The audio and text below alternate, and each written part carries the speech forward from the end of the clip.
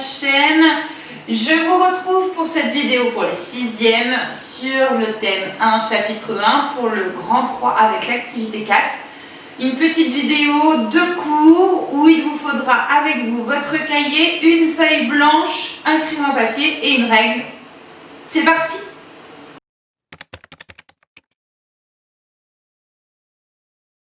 Alors mes loulous, je vais être très honnête, je suis donc...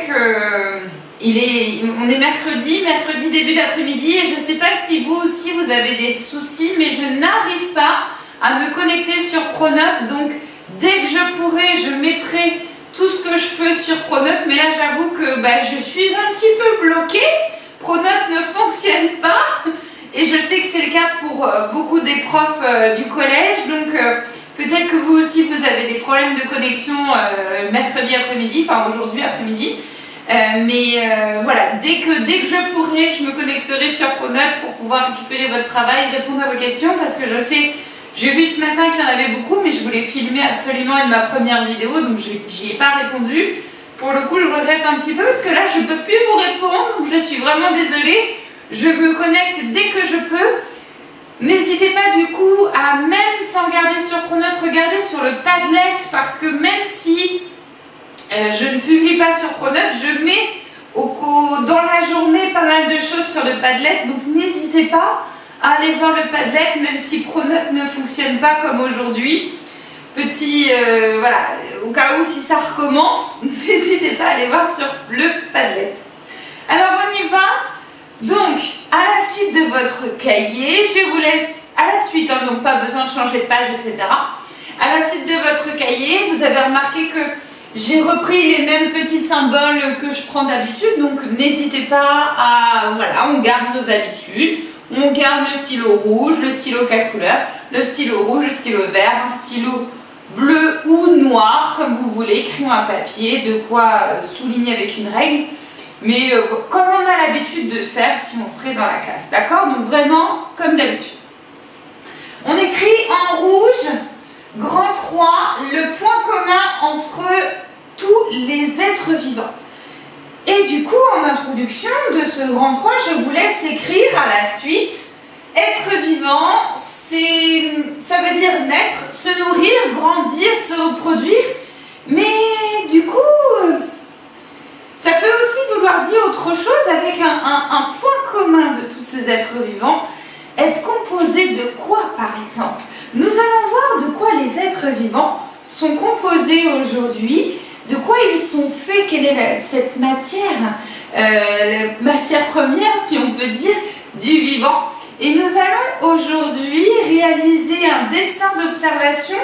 Alors, je sais que pour une de mes classes, nous avons eu la chance de faire le TP qui va avec ce dessin d'observation. Pour une de mes 2 classes, malheureusement non. Mais les choses sont telles qu'elles sont. On n'avait pas prévu que le protocole sanitaire allait arriver et que le confinement allait être de vigueur, en tout cas pour moi. Et de toute façon, sachez que si je ne faisais pas de télétravail, si j'étais présente avec vous au collège, on n'aurait pas pu faire de toute façon le TP, donc bon, voilà, c'est triste, j'en suis désolée, j'espère que peut-être plus tard dans l'année, croise les doigts, même si ça n'a rien à voir, j'essaierai de vous le faire faire, d'accord? J'essaierai, je ferai tout mon possible, j'essaierai. Et donc, l'activité 4, que je vous laisse écrire également, hein, encore une fois, il y a le petit symbole. Activité 4, dessin d'observation d'épiderme d'oignon au microscope. Alors en fait, l'épiderme, c'est une sorte de petite peau. Si vous prenez un oignon que vous regardez dans la partie concave, donc dans la partie creuse de l'oignon, vous pouvez enlever avec une pince à épiler une sorte de petit film transparent, une sorte de petite peau transparent. C'est ce qu'on appelle l'épiderme qu'on va regarder au microscope, et donc la compétence qu'on travaille ici, c'est une des compétences clés de la SVT, c'est le dessin d'observation. C'est la première fois que nous allons faire un dessin d'observation. Il y a des critères de réussite que je vais voir avec vous. Et je vais le faire moi aussi en live, enfin face caméra en tout cas, sur mon bureau avec vous à partir de cette image, cette photo qui a été prise donc après l'observation du microscope, cette photo qui est là. Je vais la regarder avec vous sur mon écran à mon ordinateur et je vais filmer mon dessin d'observation, ma réalisation de mon dessin d'observation, comme ça vous allez pouvoir le faire avec moi étape par étape. Je reviens d'abord sur le microscope.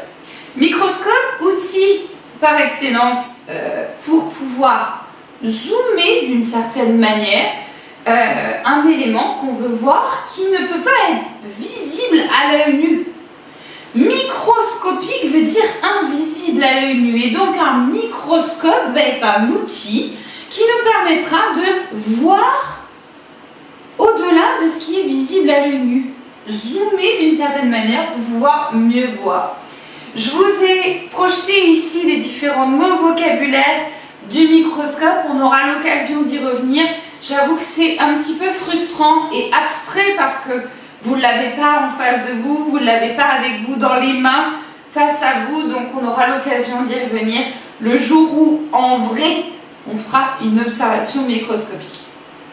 Alors cette photo d'observation microscopique d'épiderme d'oignon a été faite à l'objectif 10, donc 10 plus 10 ça fait 100, enfin 10 fois 10 ça fait 100. Donc on a zoomé 100 fois d'une certaine manière, vous voyez. Et donc on observe ça.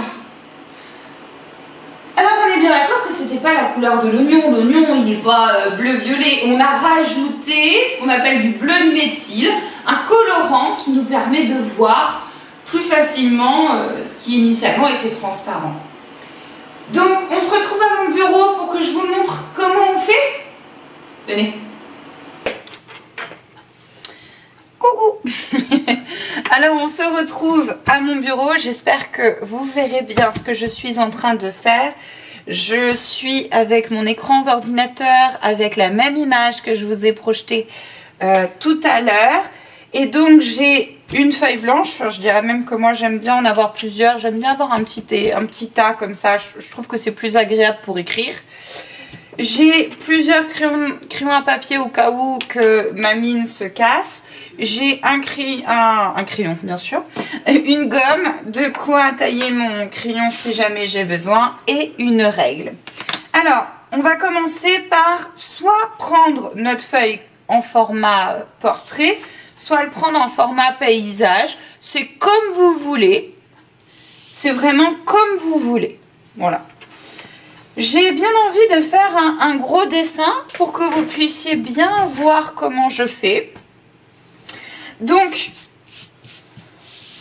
attention, il ne faut pas utiliser mon crayon à papier en faisant des petits traits, genre comme ça.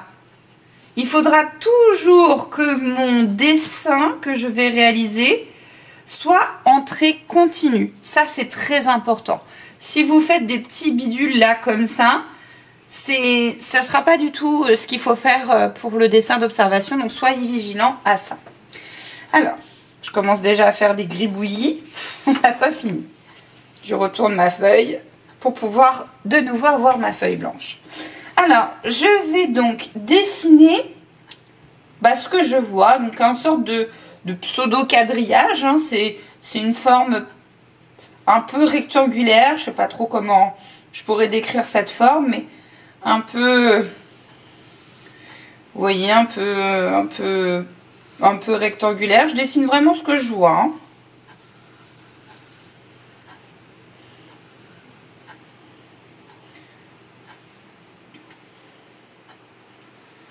Donc voilà, là je suis en train de dessiner ces éléments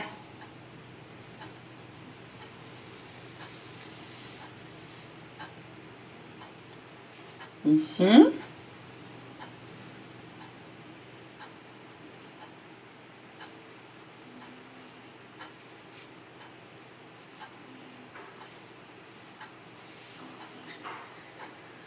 Il y en a une grosse là.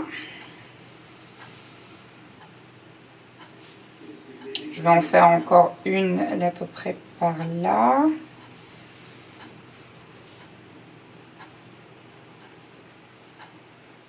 Voilà, par exemple. Je ne vais pas tout dessiner, ça ne sert à rien. Je vois qu'il y a aussi des éléments un peu comme une sorte de bille, un peu plus foncée.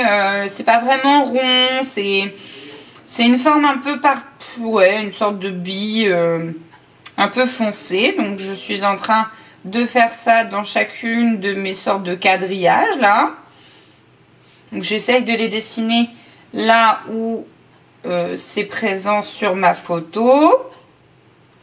Vous avez remarqué qu'il y a une bille, sorte de bille là par pseudo-rectangle. Elle est où? Elle est là. Donc bah, je respecte, hein, je fais la même chose. Je ne vais pas en faire plusieurs sous prétexte que je respecte vraiment la même chose que ce que je vois. Voilà. Et ça me semble à peu près ça. Alors il y a des sortes d'ombres, etc. Mais ça, je vais pas forcément le mettre. Ça peut être parce que la personne qui a fait ce dessin d'observation a peut-être eu l'élément un peu plié. Et du coup, quand on a regardé, qu'on a pris la photo, ça a fait cet effet d'ombre. C'est un peu grisé par là. Donc peut-être que je peux, avec mon doigt, vous voyez, essayer de griser un petit peu sans que ça fasse non plus. Vous voyez, j'utilise la peau de mon doigt pour essayer de griser un petit peu, pour essayer de donner cet effet un peu comme je pourrais avoir sur ma photo d'observation. Et ma foi, c'est bon, je vais pouvoir passer à la légende. Alors, nous avons cette partie extérieure qui s'appelle la membrane. Donc, j'utilise ma règle pour pouvoir faire ce trait de légende qui est en fait une flèche où je vais pointer avec ma flèche l'élément que je veux légender. Je vais essayer de respecter cette ligne imaginaire que je vais un petit peu tracer, mais très très légèrement avec mon crayon à papier pour que ce soit propre, pour que ce soit joli. Donc je vais faire arrêter tous mes traits de légende à peu près ici, pour que du coup ce soit très élégant, très propre sur mon dessin d'observation. Donc hop, mon trait de légende, et donc à côté j'écris le mot de légende qui est membrane. Ensuite, cet élément un peu foncé ici, sorte de bille que j'ai qualifié tout à l'heure, c'est ce qu'on appelle le noyau. Donc même chose, je vais pouvoir écrire noyau. Et ensuite, toute cette partie qu'on pourrait croire vide, mais en réalité pas du tout. Il y a du liquide à l'intérieur de la membrane, où baigne dedans d'ailleurs le noyau.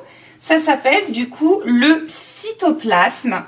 Et attention, j'ai beaucoup de difficultés, cytoplasme. J'ai eu beaucoup de difficultés à écrire correctement ce mot. Vous le savez, je suis dyslexique. J'ai eu beaucoup de difficultés avec l'orthographe et j'en ai encore d'ailleurs. Et le mot cytoplasme s'écrit avec un Y. N'oubliez pas parce que en tant qu'enseignante, j'ai beaucoup vu cytoplasme avec un I. Et à chaque fois que je vois cytoplasme avec un I, je barre tout. Ça m'énerve. Donc soyez vraiment vigilants au Y du mot cytoplasme. L'ensemble de tout ça, c'est une cellule. Je ne sais pas si vous voyez. C'est une cellule. Et en l'occurrence ici, c'est une cellule végétale parce que je suis en train de dessiner une cellule d'oignon. Et d'ailleurs, il me faut un titre maintenant. Alors le titre, on peut le mettre en haut, on peut le mettre en bas. Plusieurs profs de SVT ont leur avis là-dessus. Personnellement, ça n'a pas beaucoup d'importance pour moi. Donc, faites bien comme vous voulez. On va écrire, moi je vais l'écrire par exemple ici.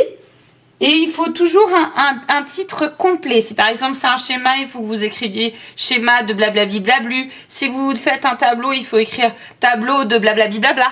Ou là, en l'occurrence, c'est un dessin d'observation. Donc j'écris dessin d'observation d'épiderme d'oignons au microscope. Et là, sur la photo, on m'a indiqué que c'était un objectif qui avait été utilisé. On a zoomé 100 fois, donc je vais pouvoir l'écrire ici. Je prends l'habitude, parce que je trouve ça plus joli, de souligner le titre. Voilà, hop. Si je vois encore cette petite ligne qui m'a servi de sorte de construction pour pouvoir arrêter mes flèches, je n'hésite pas à donner un petit coup de gomme dessus, histoire que ce soit plus joli. Il ne faut pas hésiter, au cas où, à toujours écrire son nom, surtout sur une feuille qui peut être décollée, par exemple, dans son cahier. Comme ça, on sait que vous la retrouverez. Et donc voilà, par exemple, mon dessin d'observation. On se retrouve devant mon tableau, enfin mon pseudo-tableau, pour prendre la suite du cours. C'est parti. Alors, je reprends les critères de réussite du dessin d'observation. N'oubliez pas qu'un dessin d'observation est uniquement sur feuille blanche. Le tout doit être obligatoirement au crayon à papier, du titre aux légendes, au dessin proprement dit, tous les traits à la règle, etc. Tout doit être au crayon à papier. Je ne veux pas autre chose que du crayon à papier. C'est donc, entre guillemets, du noir et blanc, pas de crayon de couleur non plus. Pensez bien à mettre un titre complet, dessin d'observation au microscope de blablabli, blablablu. N'oubliez pas aussi le grossissement, le zoom d'une certaine manière pour nous donner une sorte d'idée d'échelle, pour savoir si c'est plus ou moins petit ou plus ou moins gros, vous voyez. Sans oublier les légendes, évidemment. Alors soyez vigilants, des traits à la règle pour pouvoir mettre les légendes, et puis pas de faute d'orthographe, évidemment. Évitez de me faire un dessin d'observation qui soit microscopique. Vous avez une page, profitez, utilisez toute la page, peut-être pas tout, mais au moins la moitié. Faut pas que ce soit un truc qui soit en timbre de poste. Vous voyez, je veux un truc grand. Et on dessine de manière à essayer de reproduire ce qu'on peut voir. On est bien d'accord que nous ne sommes pas en art plastique et que même des mauvais dessinateurs comme moi arrivent à faire des très beaux dessins d'observation. Ok ? Là, je vous propose sur le Padlet une version, si vous voulez, presque numérique en plus de ce que j'ai fait avec vous là sur la vidéo. Et du coup, je vous propose, après avoir collé la feuille blanche de votre dessin d'observation, écrire le bilan suivant. Alors oui, je sais, il est assez long, j'en suis désolée. En temps normal, je vous l'aurais photocopié. Mais là, du coup, vous allez avoir le temps pour pouvoir l'écrire tranquillement à la maison. N'hésitez pas à regarder sur le Padlet. Il y a le support si vous voulez mieux voir, parce que c'est pas forcément facile avec la vidéo, mettre sur pause et écrire en même temps. Donc sachez qu'il existe une version aussi pour que vous puissiez mieux voir sur le Padlet. N'hésitez pas à aller regarder. Alors ce bilan, l'observation au microscope optique des êtres vivants montre qu'ils sont tous, et oui, pas que l'oignon, moi, vous, cette plante est constituée de cellules. Nous sommes tous constitués de cellules. Je dirais même en l'occurrence, pour moi comme pour vous, comme pour cette plante, de plusieurs cellules. Une cellule est délimitée par une membrane, attention à l'orthographe, contenant un liquide nommé le cytoplasme. Attention, j'ai un gros problème avec ce mot. Pensez à mettre un Y à cytoplasme. Je l'ai tellement vu écrit avec un I que ça me... Donc faites attention, mettez bien cytoplasme avec un Y, parce que si je vois cytoplasme avec un I, je barre et j'arrête de lire. Donc soyez vraiment vigilants, vous savez que c'est quelque chose qui me... Donc Y, n'oubliez pas le Y. Selon les êtres vivants, les cellules peuvent contenir, oui ou non, un noyau. Prenez par exemple les bactéries ou les virus. non pas le noyau. La présence chez tous les êtres vivants de cellules montre que nous avons un point commun, une origine commune. La cellule, nous avons bien un lien de parenté. Cette cellule, nous sommes tous êtres vivants. Peu importe, abeille, moi, vous, un chien, Chippy par exemple, qui doit être derrière la porte, parce que je l'entends gratter. Nous sommes tous constitués de cellules. Alors, pour la semaine prochaine, mercredi 25 novembre, il va donc vous falloir recopier le grand 3, l'ensemble du cours que je viens de faire avec vous, faire le dessin d'observation activité 4 en même temps que la vidéo par exemple, et je vous laisse écrire tout ça et mettre votre cahier à jour pour mercredi prochain. Si vous avez la moindre question, n'hésitez pas, enfin, sauf tout de suite parce que j'arrive pas à me connecter, mais dès que je pourrai, je me connecterai. Prenez soin de vous mes chéris et à la semaine prochaine.